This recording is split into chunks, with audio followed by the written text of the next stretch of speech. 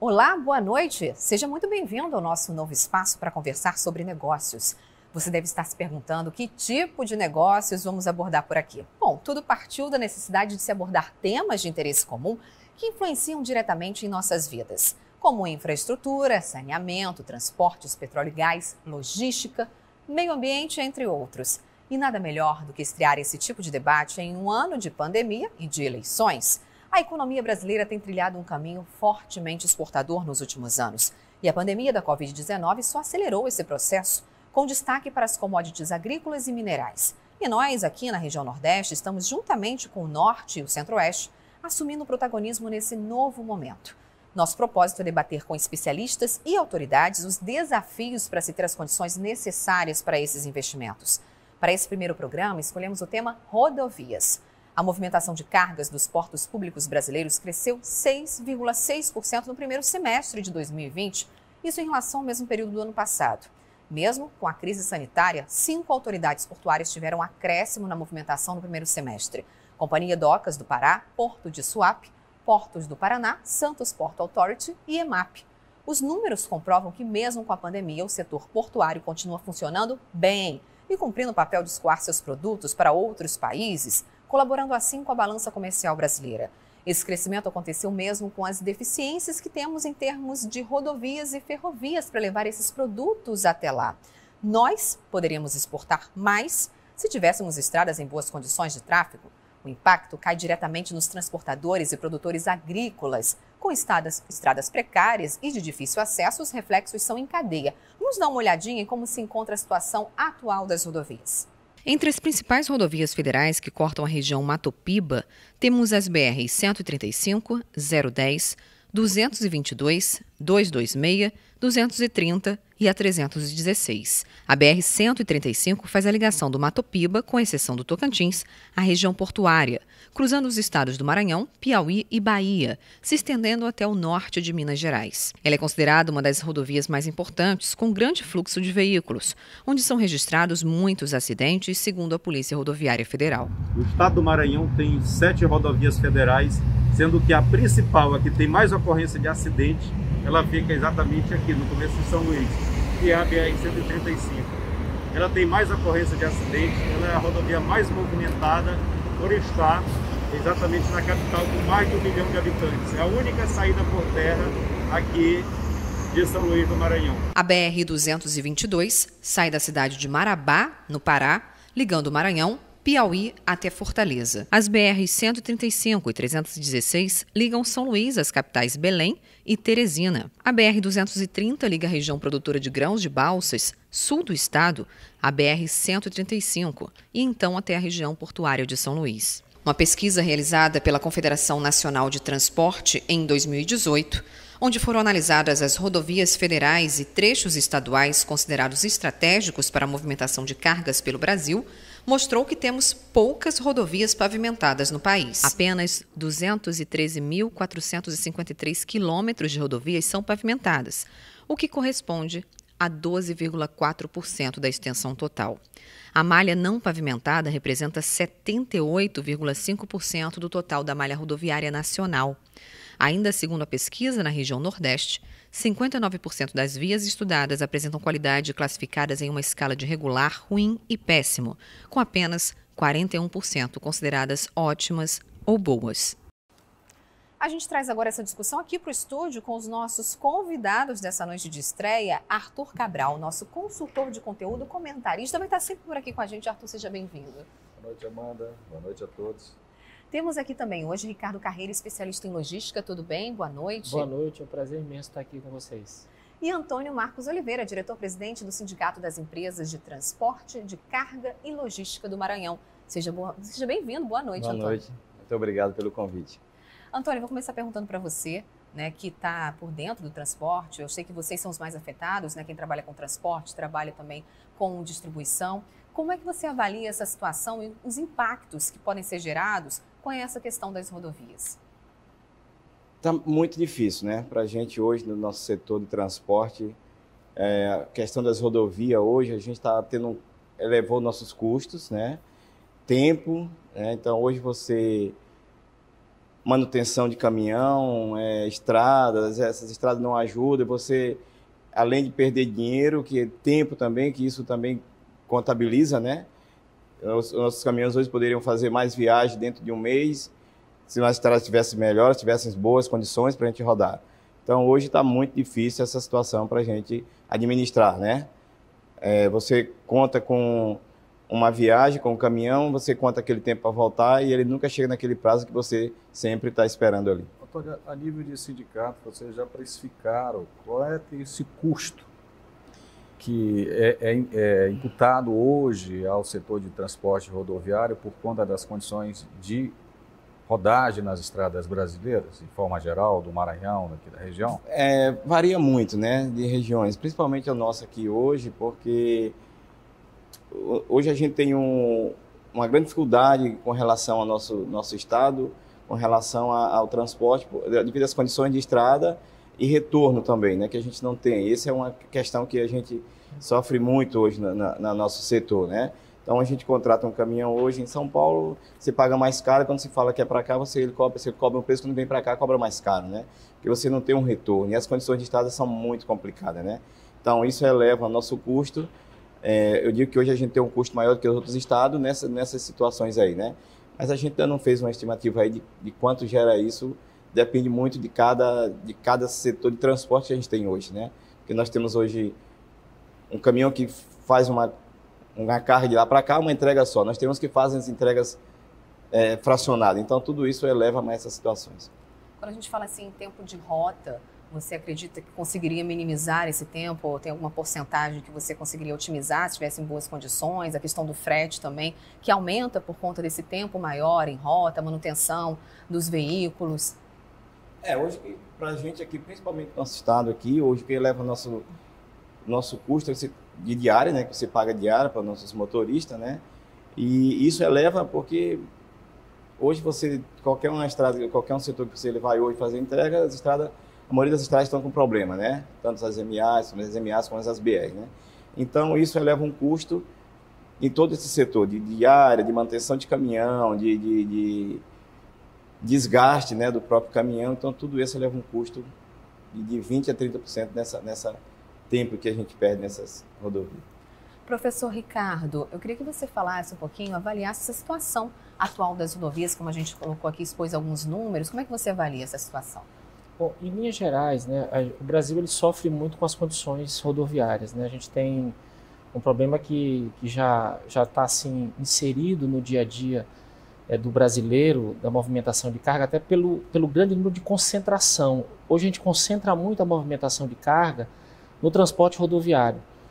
Eu, inclusive, sou um fã do transporte rodoviário. Porém, a gente sabe que esse excesso, né, de concentração acaba trazendo uma sobrecarga, né? E nós temos, né, juntamente com essa concentração de movimentação, nós também temos as condições de manutenção das estradas, né? O impacto que os caminhões, o excesso de rodagem nas estradas causam, né, nessas estradas, né, acabam ficando muito precárias. E isso tudo, como foi falado aqui anteriormente, isso acaba impactando nos custos, né? Então o Brasil hoje ele sofre muito, principalmente na questão das commodities, porque com relação às commodities, onde é que a gente consegue ter uma viabilidade? É quando você tem uma logística bem controlada, né? E como nós temos um custo de operação muito alto, né, dessa movimentação de carga concentrada no rodoviário, a gente acaba elevando isso de uma maneira muito grande e a competição do produto brasileiro lá fora acaba sendo um pouco mais difícil, né, da gente fazer. Então, talvez, no geral, o momento agora era de uma reavaliação, de um mapeamento, uma distribuição melhor, talvez a integração de outros modais para viabilizar um transporte rodoviário com um uso assim, menos intenso, né? Não que a gente vá deixar de usar o rodoviário, mas a gente vai distribuir, porque o rodoviário ele tem uma um uso, né, uma utilização muito forte, principalmente na entrada e na saída. O problema é que a gente usa o transporte rodoviário durante todo o processo. Às vezes eu tenho 3.500 quilômetros para movimentar de carga, que eu faço de ponta a ponta de rodovia, onde eu poderia fazer parte dessa movimentação através de ferrovia, utilizar a hidrovia, enfim, outras alternativas. Modais, e o transporte rodoviário poderia ser complemento disso, né? Poderia ser então, conexões. Professor, então, na sua opinião, a multimodalidade de transporte seria a solução para o Brasil? Na realidade, muitos alunos perguntam assim, professor, qual é o melhor modal de transporte? Eu falei, gente, não dá para a gente dizer qual é o melhor. Depende muito do que você precisa, do tempo que você tem. De repente, eu estou precisando de algo para amanhã, para daqui a algumas horas, eu tenho que ir de aeroviário. Tá. Mas aí eu sempre digo que o ideal é você fazer conexões, né? Se você for para os maiores países do mundo, para os grandes players mundiais, se você for para a Europa, para os Estados Unidos, você observa que existe uma distribuição mais igualitária da movimentação de carga. E eles têm muitos terminais de multimodalidade, né, de multimodais. E o Brasil, que tinha um plano na década de 90 de ter 50 plataformas multimodais, hoje a gente percebe que é escasso, né, essa quantidade. Não aconteceu, mas de qualquer forma, a nossa malha rodoviária ela é infinitamente maior que a malha ferroviária ou até a malha hidroviária, que praticamente não existe. Então, a construção dessa solução vai levar talvez 1, 2, 3 décadas. Provavelmente. Enquanto isso, professor, o que se pode fazer? Bom, acredito eu que, às vezes a gente pergunta, a gente avalia assim, poxa, mas a situação está ruim, mas já foi pior. Né? Porque se você pegar a década de 90, o início dos anos 2000, a gente tinha a base ferroviária, por exemplo, com 7% da movimentação de carga. Hoje a ferrovia já corresponde a 20% da movimentação de carga no Brasil. Né? Então eu já tenho ali 60% é rodoviário, mas eu já tenho 20% de ferroviário. Existe um crescimento. Ele efetivamente vagaroso, né? Isso não acontecer de uma hora para outra. Então talvez a alternativa é buscar soluções onde eu consiga, de alguma forma, ter um mínimo de conexões entre essas ferrovias, entre ferrovias e hidrovias ou portos. A gente tem, por exemplo, uma possibilidade, uma perspectiva, e nós temos essa estrutura já disponível, que é a movimentação de carga através da cabotagem, que poderia ser uma alternativa interessante para reduzir esses custos, né? Talvez de uma maneira mais imediata, né? Professor, eu vou só te interromper um pouquinho para a gente entrar num assunto que a gente vai falar aqui dessas rodovias, da questão do sul, porque boa parte da produção dessa região agrícola do Mato Piba, né, Maranhão, Tocantins, Piauí e Bahia, vem de caminhões do Maranhão, e aí temos um gargalo, que são as rodovias para chegar até aqui nos portos da Baía de São Marcos. A gente está falando aqui de outras opções de modais, mas para você ter uma ideia, a região sul concentra 95% de toda a produção de grãos do estado, além de manter o segundo maior rebanho bovino do Nordeste. Mas a situação das estradas por lá é bem preocupante, reflete diretamente nos investimentos. Os municípios de Tasso Fragoso, Balsas e Alto Parnaíba, localizados no sul do Maranhão, representam hoje um dos maiores polos de produção agrícola do estado. É justamente por essa região que passa a Transpenitente, uma estrada vicinal que começa na MA 006 e tem pouco mais de 100 quilômetros de extensão. No período de escoamento da safra, passam por essa via diariamente mais de 300 caminhões carregados com soja, milho, algodão e outros produtos que são produzidos na Serra do Penitente. Produtores rurais e empresários do agronegócio começaram por conta própria a recuperar a rodovia. Esse trabalho de recuperação começou em 2015 por meio de uma parceria entre a Associação dos Produtores da Serra do Penitente e a Associação Maranhense dos Produtores de Algodão.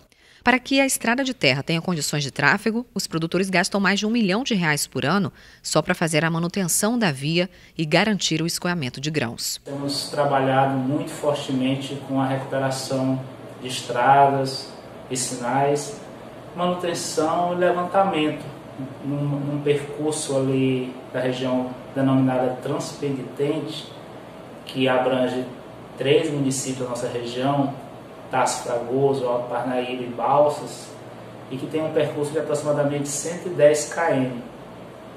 As duas associações investem e investiram ao longo dos anos em torno de R$1 milhão com diversificados tipos de serviço. A recuperação, que no primeiro momento foi realizada, que a estrada estava numa situação muito caótica e a gente teve que recuperar ela totalmente. No mês de julho desse ano foi concluída a obra de rebaixamento da ladeira Pisa no Freio, localizada a 23 quilômetros de Tasso Fragoso.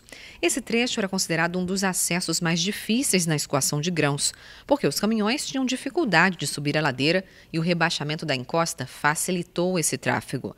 A obra custou 500 mil. Esse ano conseguimos mais uma vez, força dessa parceria, rebaixar essa ladeira, que é um sonho antigo dos produtores da região. A ladeira sempre ocasionou vários problemas. Em épocas de chuva, por exemplo, os caminhões não tinham força para conseguir subir ela, com o declínio que ela tinha. E através dessa obra, que foi recentemente inaugurada, que exigiu um investimento em torno de 500 mil reais das duas associações, conseguimos, enfim, superar mais esse gargalo. Mesmo diante da importância da região para a economia do estado, as estradas do sul do Maranhão estão em situação precária. É o caso da MA 006, rodovia que é a maior do estado, com 1.225 quilômetros. Ela liga os municípios de Alto Parnaíba a Cururupu e foi construída para funcionar como grande eixo articulador entre o norte e o sul do estado.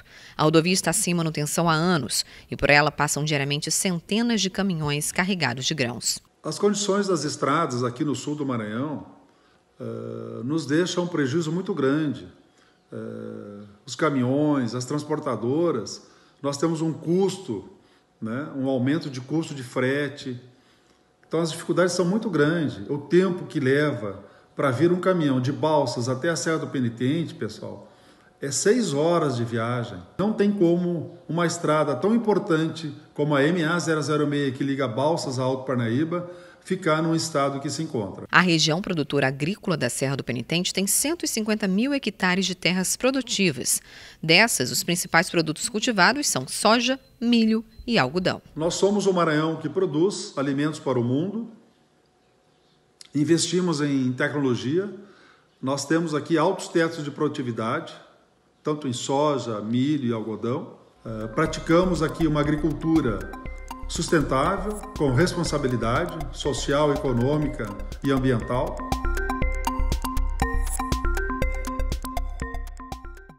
Você viu aí, olhando para essa situação desses produtores do sul do Maranhão, a gente lembra de exemplos positivos também que deram certo de parcerias entre governo e produtores rurais que uniram esforços para a manutenção de estradas importantes. É o caso do Mato Grosso, que há anos o governo tem acordo firmado com associações locais de produtores rurais para a manutenção de rodovias pavimentadas e não pavimentadas na região. E também essa situação aqui do Maranhão reflete outras estradas no país. A gente vai para um rápido intervalo e volta com a discussão aqui no estúdio.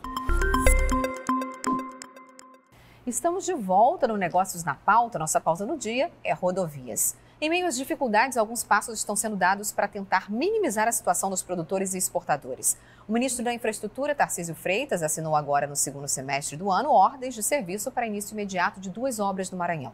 A duplicação de um subtrecho de 18 quilômetros da BR-135 e a travessia urbana de Imperatriz.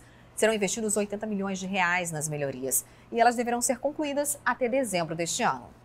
As obras de duplicação da BR-135 estão sendo executadas no subtrecho entre as cidades de Bacabeira e Miranda do Norte. São 78 quilômetros próximo, né, na única via de acesso praticamente à capital São Luís, que recebe um fluxo de veículos muito grande e que teve problemas na sua execução, né, ficaram com os 2 lotes da obra paralisados. O lote 2 já foi retomado e o lote 3 está em processo de uma nova licitação, de uma licitação do saldo remanescente para que seja retomado também. É uma obra de 175 milhões, com um investimento muito grande, né, que vai trazer a tranquilidade para a população através, logicamente, da duplicação dos trechos que faltam. A obra vai trazer mais segurança no trânsito e minimizar o número de acidentes em um segmento com alto volume de tráfego, proporcionando melhores condições para o transporte de serviços e produtos e a diminuição do tempo de percurso dos usuários na rodovia. Uma outra obra muito importante também é a pavimentação da BR-226 ali no Maranhão, basicamente 110 quilômetros, no valor de 117 milhões de reais. A obra está em andamento, priorizando ali o contorno de Timon, né, que é onde tem o maior fluxo de veículos. O DENIT já prevê a conclusão de mais 8 quilômetros dessa pavimentação da BR-226 e também da conclusão do contorno de Timão, isso até dezembro desse ano. Isso também vai dar uma tranquilidade para a população, porque a gente sabe que é um dos principais eixos também do estado do Maranhão. As obras estão sendo realizadas pelo Departamento Nacional de Infraestrutura de Transportes. Segundo o Ministério da Infraestrutura, o DENIT já investiu 170 milhões em obras no Maranhão. E a gente continua aqui com os nossos convidados no estúdio, o Arthur Cabral, nosso comentarista, consultor de conteúdo, o professor Ricardo Carreira, que é especialista em logística, e Antônio Marcos Oliveira, diretor-presidente do Sindicato das Empresas de Transporte de Carga e Logística do Maranhão. Bom, eu queria ouvir um pouquinho de vocês, na opinião de vocês, sobre essas obras de duplicação da BR-185. O que vocês acham sobre isso? Bom, são muito bem-vindas, né? E sabemos que essas obras já se arrastam há muito tempo e que são muito necessárias, né, para que a gente tenha aí uma maior fluidez. Acho muito importante isso. Acho que o Tarcísio, né, o ministro da Infraestrutura, é uma pessoa que tem uma visão muito forte, conseguiu visualizar essa necessidade e acredito que isso só vai trazer benefícios, até porque nós da ilha, né, da ilha aqui onde está a cidade de São Luís, a gente tem como único canal, né, de saída rodoviária a BR-135. Então é uma alternativa importante e com grande movimentação. Para vocês transportadores, esse trecho aí, como é que vai impactar nos negócios, essa duplicação desse trecho da BR-135? Vai melhorar muito, né? Porque hoje você tem aqui a 120 km que é Miranda do Norte, hoje você leva 3 horas para chegar aqui, porque afunila, né? Então hoje com a produção, quando chega a época do transporte da produção, então as carretas hoje, então você não consegue fazer ultrapassagem. Então isso vai dar uma fluidez grande para a gente, já dá um alívio grande nessa saída de São Luís, né? Porque hoje você sofre muito, né? Então você gera um atraso tanto para os caminhões como para as próprias pessoas de carro pequeno, né? Então isso vai dar uma fluidez muito grande. Aquele trecho já foi duplicado, Antônio, ali de Perizes. Qual foi o impacto realmente em termos de chegada e saída de São Luís? Já melhorou muito, né? Já melhorou muito. Inclusive você pode contar isso em nível de acidente, né? O tanto que se deixou de acontecer ali naquele trecho de Perizes, que era um trecho crítico que a gente tinha, né? Então melhorou muito. E isso quando começou as obras agora, né? Já começaram as obras aí da Bacabeira para frente aí até Miranda do Norte, que é o projeto aí, né? Já começaram e isso vai dar uma fluidez grande, né? Você chega ali, em Miranda, então você já abre para outra BR, que é a 222, né? E você segue a 135, que vai já dar fluidez, então ali já dá um alívio grande nesse corredor, né? Essas obras que o Ministério aponta, né, vocês acreditam que elas sejam prioritárias ou existiriam outros trechos e outras obras importantes que gerariam mais impactos no negócio? Bom, assim, o Maranhão, né, tem vários trechos que são importantes, mas como nós estamos falando da capital, né, onde tem a estrutura portuária, que é onde vai se fazer todo o escoamento, acredito que é a obra mais importante, né? Mas isso não quer dizer que nós não temos outros ramos, né, outros processos, outras áreas que deveriam também ter alguns cuidados especiais. A própria rodovia 222, que também tem relação direta com uma importante área, né, que é produtora agrícola, tem que ser melhorada. Eu recentemente passei por lá e está assim, intrafegável, está muito complicado. Além da questão de segurança, né, professor? Segurança nenhuma, né, muito complicado. Eu vejo muitas carretas, muitas dificuldades delas movimentar. Então, por exemplo, trecho da 222 seria importante.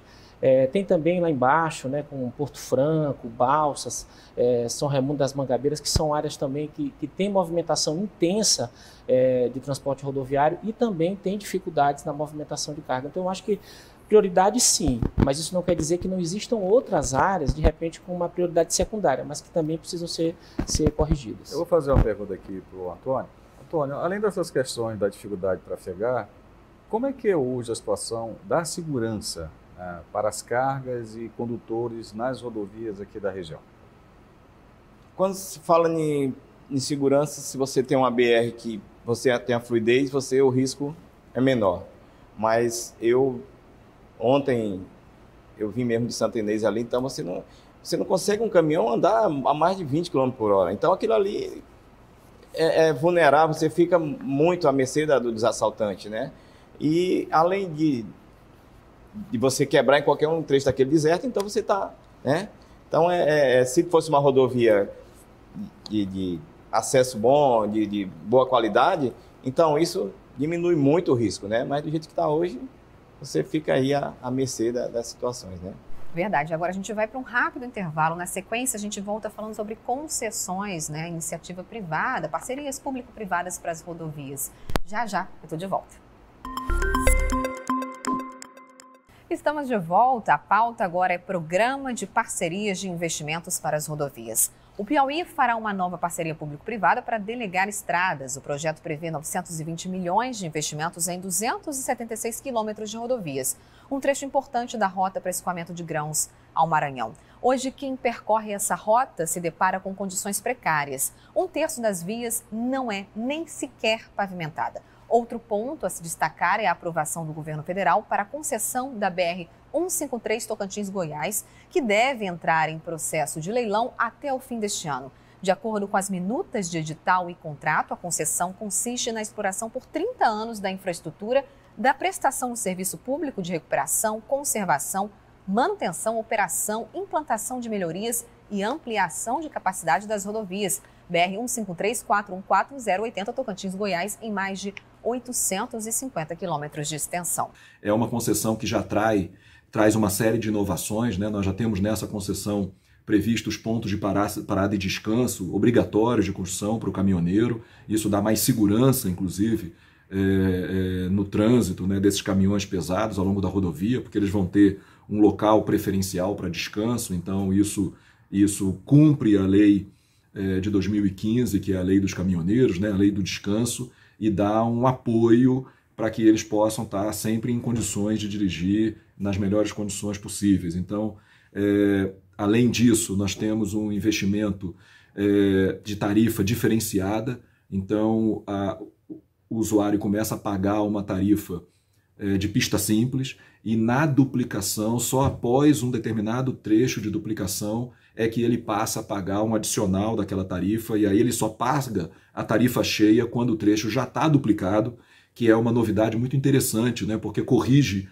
um problema das modelagens anteriores de concessão, onde o usuário pagava por uma tarifa cheia antes de ver a obra ser concluída. Esta será a primeira rodovia que será levada ao Tribunal de Contas da União com o novo modelo de concessões rodoviárias que o presidente Jair Bolsonaro quer implantar no país. A concessão da BR-135-316 no Maranhão também foi aprovada pelo Ministério da Infraestrutura. O trecho de 438 quilômetros é fundamental para o escoamento de grãos da região do Mato Piba e deve ir a leilão em 2022.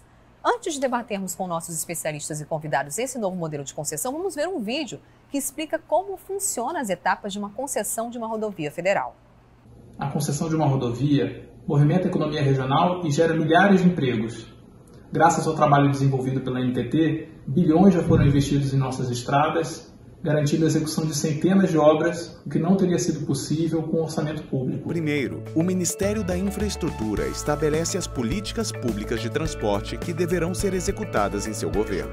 O Ministério solicita a elaboração de estudos de viabilidade que são supervisionados ou também realizados, direta ou indiretamente, pela empresa de planejamento e logística. Quando finalizados, os estudos realizados são submetidos à aprovação do Ministério da Infraestrutura. Caso aprovados os estudos, é a Agência Nacional de Transportes Terrestres, a ANTT, que entra em ação, elaborando as minutas de edital, de contrato e programa de exploração da rodovia. Em seguida, a ANTT inicia o processo de participação e controle social. Começa então a realização de audiências públicas, abertas a todos os interessados, assegurando a contribuição da sociedade para todo o processo. Com os ajustes feitos, a ANTT elabora o plano de outorga, que é enviado ao Ministério para aprovação. O Ministério verifica a aderência do plano de outorga às diretrizes de política pública para o setor e sinaliza concordância à ANTT. E assim, todos os documentos gerados até esse momento são submetidos à análise e à apreciação do Tribunal de Contas da União. Ao obter a concordância final do TCU, a ANTT, enfim, publica o edital de leilão da rodovia. Após o contrato assinado com a empresa vencedora, cabe à ANTT fiscalizar a execução do contrato durante toda a sua vigência. A gente explicou aí, né, como é que funciona uma concessão. Eu queria saber a opinião de vocês sobre a concessão de rodovias, iniciativa público-privada. O que vocês acham disso? Positivo ou negativo?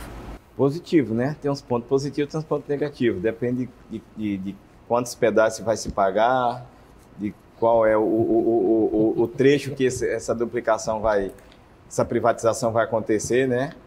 E você sabe, quando se fala em pedágio, quando se fala em pagar, principalmente no setor do agronegócio, são caminhões com bastante eixos, né? Então, você tem que fazer conta para poder saber você vai ganhar em velocidade, em melhoria nas estradas, sim, isso com certeza é bem-vindo, né? Mas também eu acho que é possível, Antônio, que até o custo do pedágio ele compensa esses gastos adicionais de manutenção, tempo de viagem e tudo mais. É possível, não, deve compensar, né? E além de você ter uma estrada em boas condições, com segurança e tudo mais, que eu acho que isso é que todos esperam que aconteça. E vai ter, né, esse novo modelo de concessão, né, vai ter um trecho em relação aos pedágios, que vai ser uma nova forma de cobrança de pedágio, que é a combinação de critérios de menor tarifa básica. Então, acredito que também, como o Arthur falou, deve compensar nessa parte. Agora, o que eu acho que deve ser feito é avaliar essa discussão do pedágio em relação às pequenas cidades, aos municípios, né, quando está cortando ali nas rodovias. É o modelo. Essa mudança é uma mudança importante, né, porque no passado, o que determinava, acabava impactando a tarifa, que ganhava quem dava uma outorga. E, na verdade, tem que ser um misto, quem dá uma outorga também com quem propõe a menor tarifa. Senão a outorga acaba sendo repassado para o preço, que é a discussão. Você ganha de um lado e perde pelo outro. Em relação a você, professor Ricardo, o que você acha desse novo modelo de concessões e essa iniciativa público-privada? Apesar, né, de entender, né, principalmente quando a gente fala de custos com relação aos pedágios, né, isso vai impactar diretamente para o transportador, né, para quem está fazendo a movimentação da carga. E, como eu falei, a gente está falando aí de produtos agrícolas que já tem um preço estabelecido, etc. Então, todo o custo adicional acaba reduzindo as nossas margens, né? Mas, sem dúvida nenhuma, o modelo, quando bem administrado, e é claro, nós precisamos avaliar como é que isso vai ser implementado, né? E também com relação às cidades que vão estar envolvidas nisso. Porque os benefícios, né, de uma estrada de qualidade, bem administrada, é fantástico.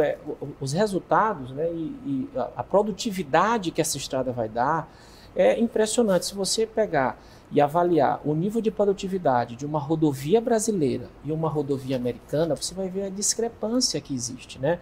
Existe uma diferença imensa. Só para você ter uma ideia de, vamos dizer, de equiparação de custo, que a gente gasta em 150 quilômetros de movimentação de carga, os americanos eles cortam a costa deles, 4.500 quilômetros de costa a costa.